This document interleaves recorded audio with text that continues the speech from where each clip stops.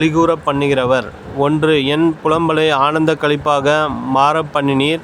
என் மகிமை அமர்ந்திராமல் உம்மைக் கீர்த்தனம் பண்ணும்படியாக நீர் என் இரட்டை களைத்து போட்டு மகிழ்ச்சி என்னும் கட்டினால் என்னை இடைக்கட்டினீர். சங்கீதம் 30:11.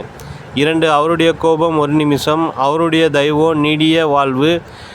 சாயங்காலத்தில் அழுகை தங்கும், விடிய காலத்திலே களிப்புண்டாகும். சங்கீதம் 30:5. 3. சீயோனிலிருந்து இஸ்ரவேலுக்கு இரட்சிப்பு வருவதாக. கர்த்தர் தம்முடைய ஜனத்தின் சிறையிருப்பை திருப்பும்போது யாக்கோபுக்கு களிப்பும் இஸ்ரவேலுக்கு மகிழ்ச்சியும் உண்டாகும். சங்கீதம் 14:7.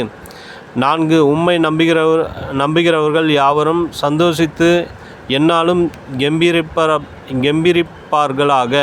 உம்முடைய நாமத்தை நேசிக்கிறவர்கள் உம்மில் களிகூறுவார்களாக. சங்கீதம் 5:11.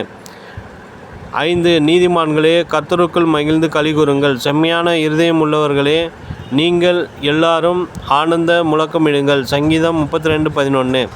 6. சந்தோஷப்பட்டு களிகூருங்கள், பரலோகத்தில் உங்கள் பலன் மிகுதியாயிருக்கும். மத்தேயு 5:12. 7. நீதிமானுடைய தகப்பன் மிகவும் களிகூருவான், ஞானமுள்ள பிள்ளையை பெற்றவன் அவனால் மகிழ்வான். நீதிமொழிகள் 23:24.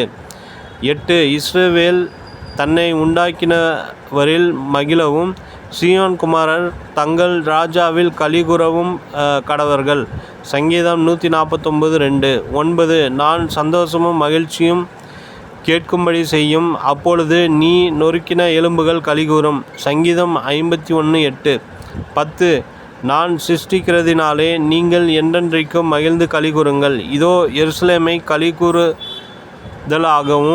அதன் ஜனத்தை மகிழ்ச்சியாகவும் சிருஷ்டிக்கிறேன்.